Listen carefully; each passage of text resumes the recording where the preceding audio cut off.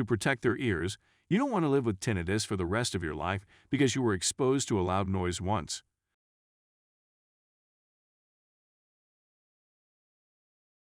What do people learn too late?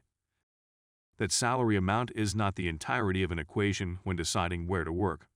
You have to take into account the cost of living, commute times, the safety of the nearby area, and the convenience of living in the area. Studies have shown that taking a 20-minute longer commute is as bad for your job satisfaction as a 19% pay cut. On top of that, wealth equals money in, money out. If a new job pays $20K more, but if rent/property prices are $30K more per year, you are taking a pay cut. On top of that, you have to consider your future. You have to move to an undesirable location to work there, crammed in a little apartment where the nearest services are an hour away. What about air quality? What about noise levels? Is this a place where you want to start a family and raise kids? All of those play a factor in determining desirability of a job. I am a firm believer that my job doesn't exist outside the city is a myth. Even if you're a super specialized rocket scientist with a PhD in orbital dynamics, NASA is not the only organization with a job opening for you. There are many more factors to that. Is this a job you really like? If you are making more money, but hate the job, is it really worth it? You are spending most of your day and your life at that place. If that part of your life sucks, it will affect your mood and happiness a lot. And close to that, the work atmosphere. Are you getting along with your colleagues? Is your boss a decent person? Social part plays a big role and is often ignored. The importance of writing skills for formal contexts. Writing is an important skill in nearly any field, and the more a career advances, the more important it becomes. The lack of adequate writing skill often holds back a career. Yet many people squander their opportunities to learn writing because they think their class assignments are empty busy work, and they figure their skills in spoken English and informal text messages will carry over when they need to write for work. That the cliché, "you never know when it's the last time you'll see to someone," should absolutely be remembered for every occasion. My best friend just died in a car accident this past Saturday, and the last time I saw him we got in an argument, and he left and we didn't speak after that. I'm destroyed by it.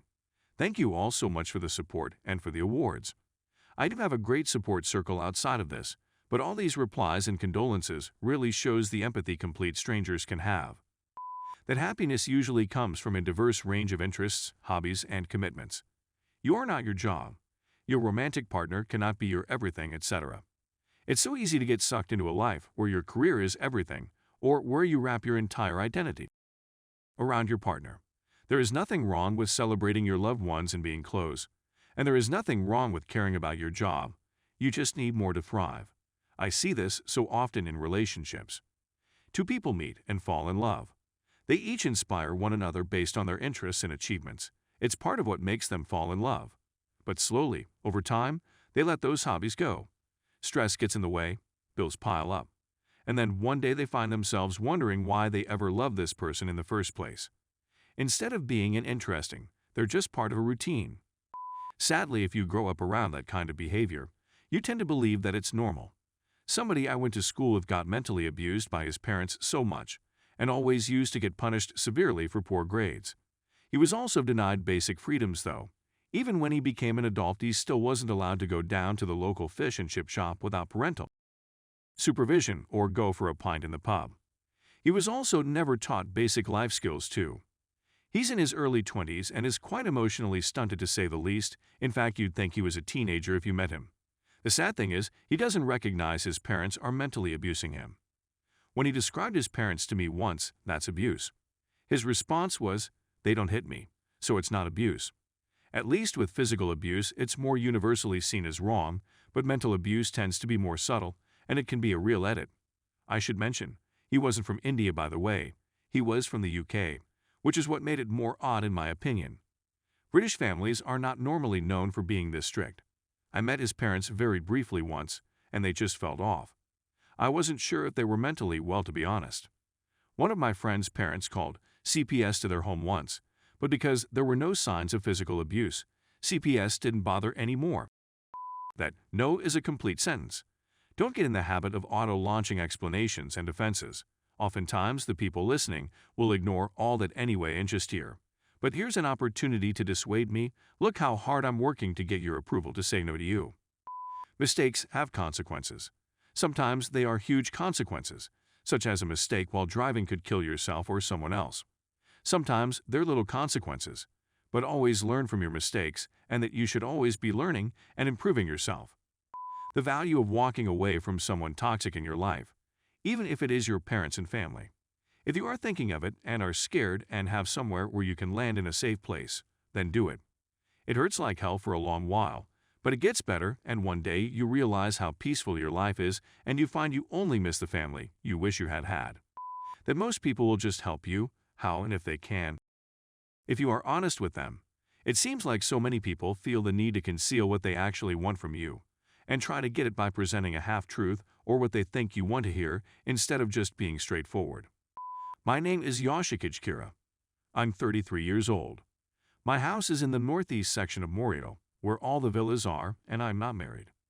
I work as an employee for the KNU department stores, and I get home every day by 8 p.m. at the latest. I don't smoke, but I occasionally drink. I'm in bed by 11 p.m. and make sure I get 8 hours of sleep, no matter what. After having a glass of warm milk and doing about 20 minutes of stretches before going to bed, I usually have no problems sleeping until morning. Just like a baby, I wake up without any fatigue or stress in the morning. I was told there were no issues at my last checkup. I'm trying to explain that I'm a person who wishes to live a very quiet life. I take care not to trouble myself with any enemies like winning and losing that would cause me to lose sleep at night. That is how I deal with society, and I know that is what brings me happiness. Although, if I were to fight, I wouldn't lose to anyone. Saying I love you or wanting to reach out to your family, friends, and loved ones, but crippling anxiety stops you. You never know when it may be too late to say these things, so be in the moment and live/love in the present authentically. Don't ever think it's okay to talk to yourself in a manner you wouldn't let another human being talk to you. The biggest abuser I ever had in my life was my constant companion, the thoughts in my head. We often take care to choose our words when correcting a child or friend, but if anyone had talked to me the way I talked to me for 30 straight years, I would have murdered them, and probably got away with it too. Be nice to yourself. You're the only you have. Social media can consume your life. It's not all real, and not everyone posting pictures is having a great time, and not every "I love you so much we should catch up" is genuine. Edit. Alright, I had no idea this would blow up. But I have to add some stuff to clarify. I wrote this because of the impact social media has had on my family. My mom will all the time look at the pictures of her friends and complain and even cry about her own life. It isn't just her, because I know for a fact that everyone in our community thinks the same way. They live to take pictures and show off on Facebook.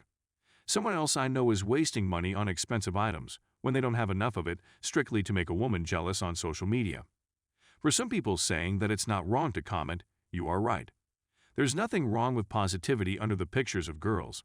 It's not okay when it's entirely fake, and if you don't know that someone can comment something nice and still hate your guts, you've got to be new on earth. I've had so many rage-inducing people around me who are obsessed with social media and are letting it ruin their lives that I can't stand it. How to not give about how others see you. Seems simple enough for me now in my 20s, but back in high school, there were many given about how others saw me. Ironically, those people that didn't care how others saw them were often the more respected ones. Edit. Sorry, I should clarify.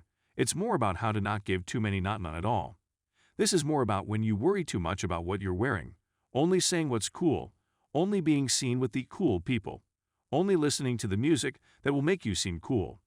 If, for example, you are 16 and already on to your 8th boyfriend and all your friends are telling you to focus on other things besides boys, then you definitely should give about what they think.